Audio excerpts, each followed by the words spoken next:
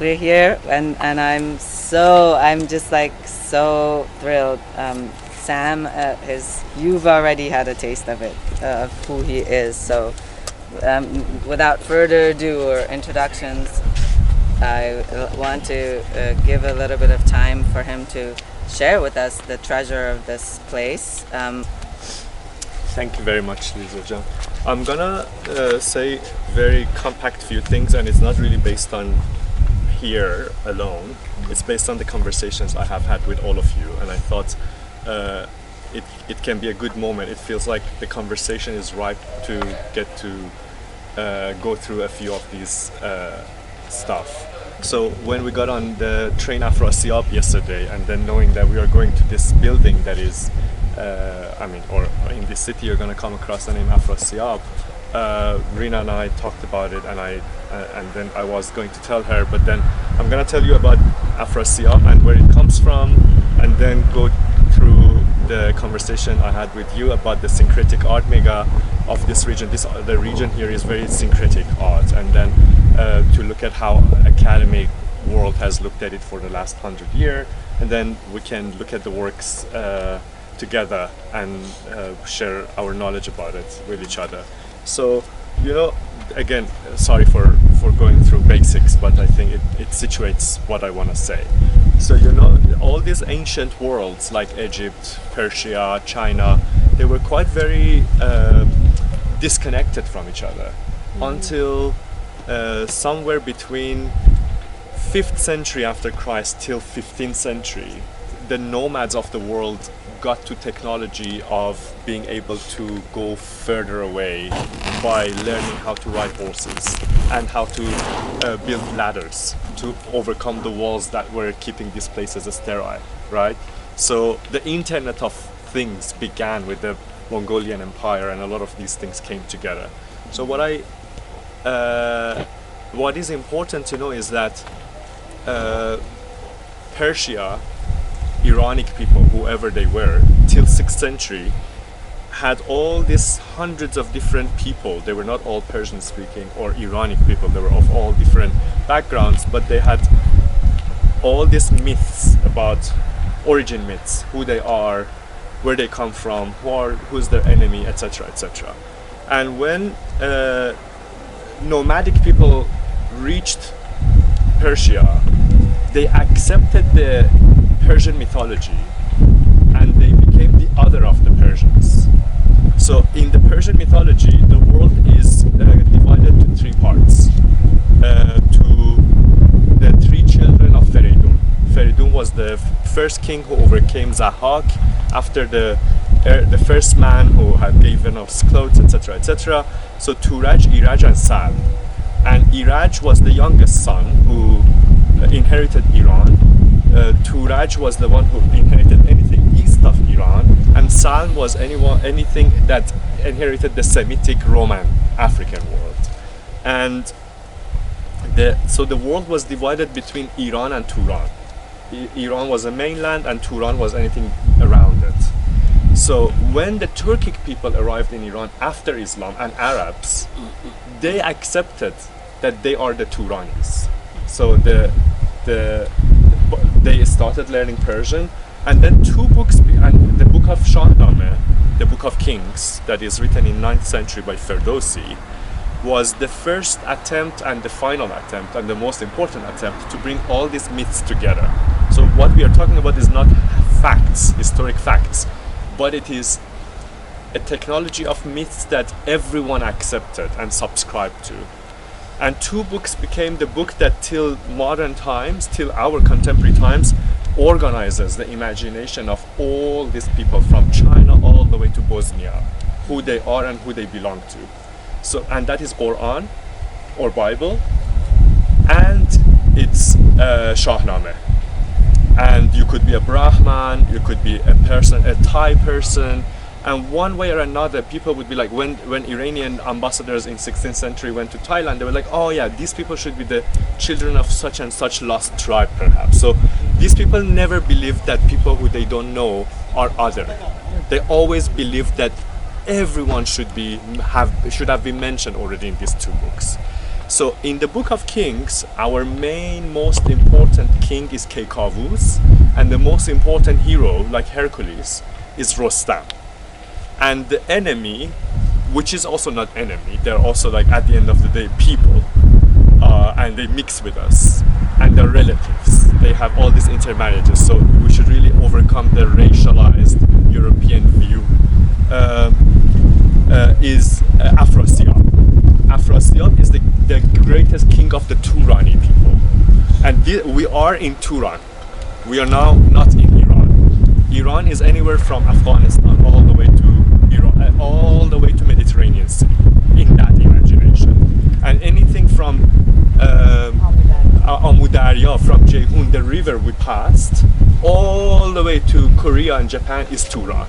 And all those people are Turani. So you see, this is really, really not precise historical fact and has nothing to do. And all these heroes have intermarriages. So no one is pure in that sense that became national language. So this is very important for whenever I think we got bits and parts of this terminology these last 10 days.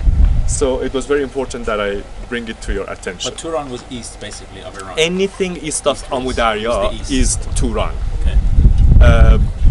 But also, we are thinking about the modern map of the world. You also have to understand that these people have had a different cartography of the world. So sometimes in the maps, Turan is north of Iran. Russians are Turani. But Russians definitely are not Irani, right? And you could be Zanzibari, you could be a black person or an Arab, and they would be children of Sad, yeah, or also Turani. Sometimes they're mixed. So that aside, that first part of my introduction is finished. The second part, which is for the purpose of this particular museum and the Sogdian paintings, Sogdiana, that Dinora already mentioned, is now more art historical things that I'm going to tell you. So around the time of rise of empires, anthropologists believe that all these important religions emerged as reformists, who were, if you're a Marxist, you would be like, well, there was surplus value, and then the question was, what do we want to do with the surplus value? So all these important religions came out at that time. And then you have, so again, excuse my Iranocentric historization, but I'm not talking about the cat, which is the map of Iran today. I'm talking about Iranic people, Armenians, Kurdish, everyone. Iranian Empire before Islam is divided by the Zagros mountains where the Kurdish people live, and they're always for the last 4,000 years in dialectical opposition to Mesopotamian people. Mesopotamian people are imperial, they have credit system, they have banking system, they have tax collection, and the Kurdish people are the anarchists who run to the mountain when the tax collection is happening. And they reject such imperialistic system, right? Or rural kind of people as well, or not?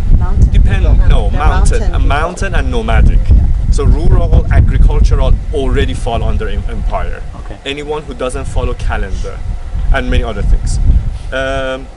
And so the west of Zagros mountains, where is the border of Iran and Iraq, becomes the Iraq Arab. Iraq or Iraq is also a word for the central Iran, so the mainland, so not the margins. So it's very important. بوم و بر تو فارسی میگیم بوم و بر. ایران بومه، دورش بره. حالا ایران میتونه بوم باشه، چین میتونه بر باشه. Like the edge. It is, I mean, it's centered to someone else, but it is centered to our purpose of conversation, right? And the east of it is, and northeast of it, after Gorgan, the wall of separation that happens through Hindu Kush mountains all the way to Alborz range is Ashkanids, Arsacids. And Arsacids are Moluk Tabayefi. They are not centralized government. They have immediately connection to all the Kushan, Buddhist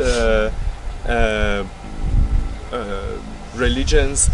The moment Islam arrives, there is count of 1,500 Buddhist temples in Persia. So, which is completely unlike anything we have imagined in our art history. That, well, this was Zoroastrian. It wasn't.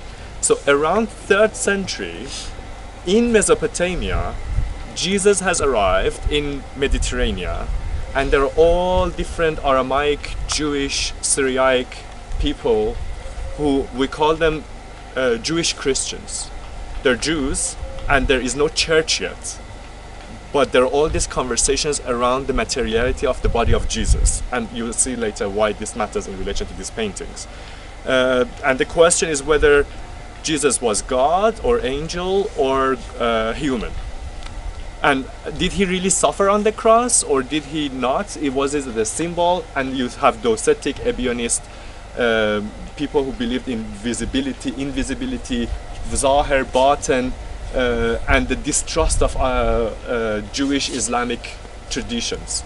Around 3rd century, a man who belongs to an Iranian language tribe, but following a Jewish religion. This is also a moment that Judaism is open to non-ethnic Jews. They are vegetarian, and there is their priest who says, well, our, shit doesn't smell because we're vegetarian. And this little boy raises his hand and says, excuse me, I am born to this religion, why my shit fucking smells so bad? And his father is like, oh my god, this guy is a genius, I have to actually support him. So his father becomes his first patron, and then he produces a lot of books, and this is the time of this is the time where Sassanid Empire is going to be, is the rise of Sassanid Empire. Arsacids and Romans are both in shambles. So Shapur, who is the first king, the first important king in Sassanid Empire, goes and this is the only time that a Roman emperor is taken hostage and brought back to Iran.